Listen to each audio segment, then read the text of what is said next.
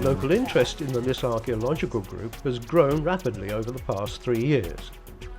We now have about 400 members. Professional archaeologist George Annolay has managed the archaeological activities on the site for the 3-year term of the project. The volunteers have been briefed and excavation work can at last commence. Last year's trench covering the Isle Barn complex has been reopened this year for further work. In addition to this, a new trench has been opened alongside the A3, giving a total of over 3,000 square metres to be explored this year.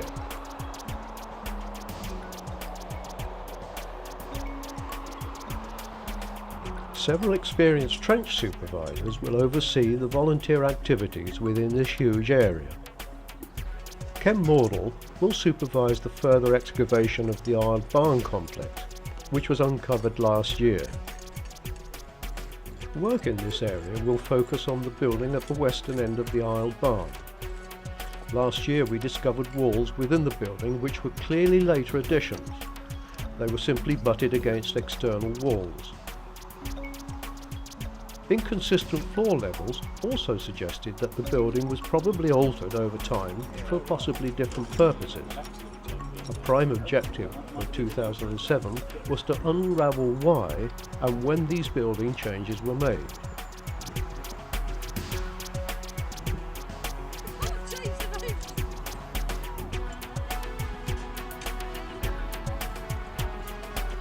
This Roman iron spearhead was discovered within the building.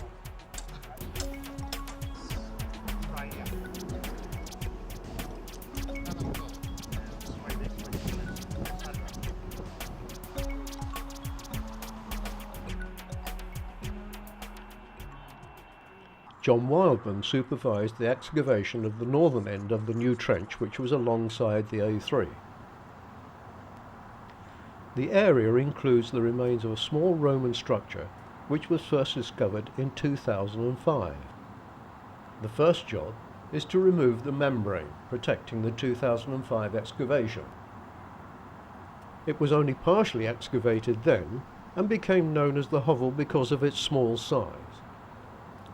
Further work was planned for 2007 to try to fully interpret the building, its use and its date. A great deal of rubble had fallen in around the building.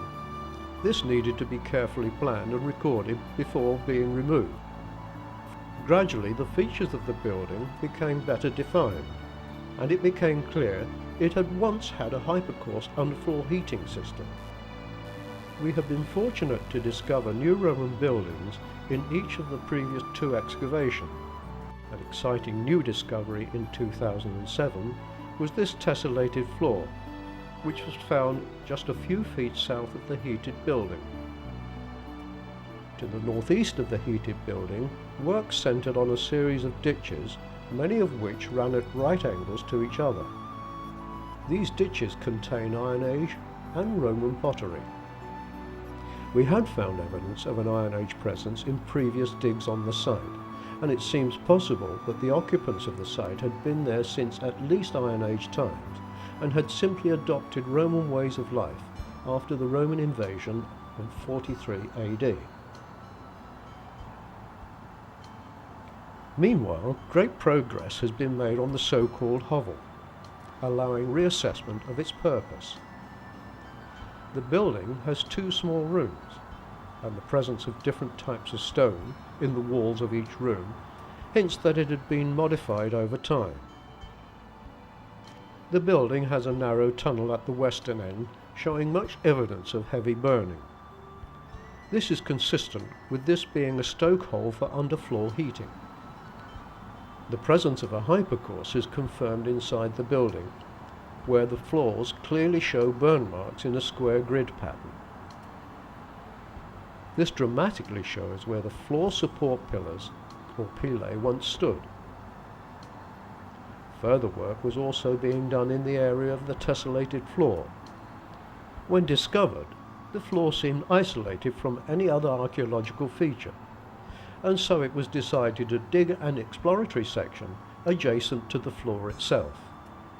At a depth of about 1 metre, a semicircular wall was uncovered, which broadly matched the width of the tessellated floor. This was starting to look more and more like a plunge pool, and the dramatic discovery of a large piece of lead outlet pipe reinforced this theory. Here you can see the whole plunge pool building with its tessellated entrance. The pool could be drained via the lead pipe into a ditch. The adjacent building, which has hypercoarse heating, now looks highly likely to be the associated warm and sauna rooms of a bathhouse complex. So we need to stop calling it the hovel. Numerous post holes found in the area are also carefully mapped and excavated. Post holes normally contain a flat rock at the bottom of the pit. This was originally used as the base support for a wooden post. Above the flat rock, there are normally a jumble of large rocks and stones, which were originally used as packing material supporting the post.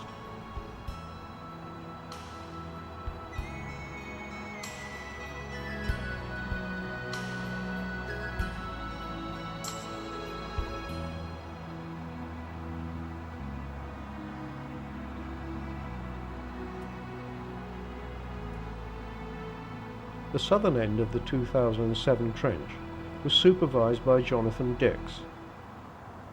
Jonathan's area was critical in helping us to understand the site better, as it linked all of the known buildings. That is, it linked the Isled Barn complex to the south, with the heated building being excavated by John Wildman's team to the north.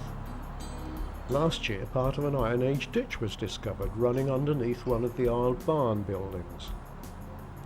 This year's new trench revealed more of the ditch, and intriguingly it also revealed a second broadly parallel ditch line.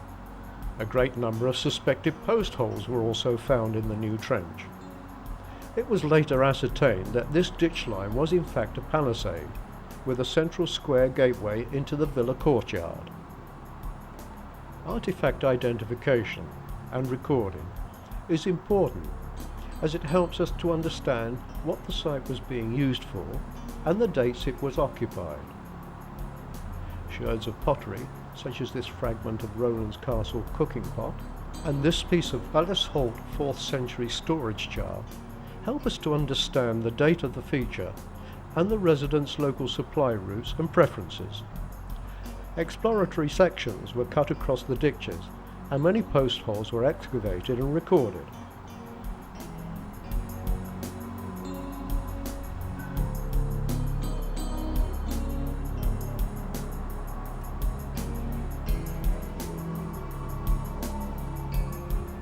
Here you can clearly see two lines of ditch sections and post holes that were dug in Jonathan's area.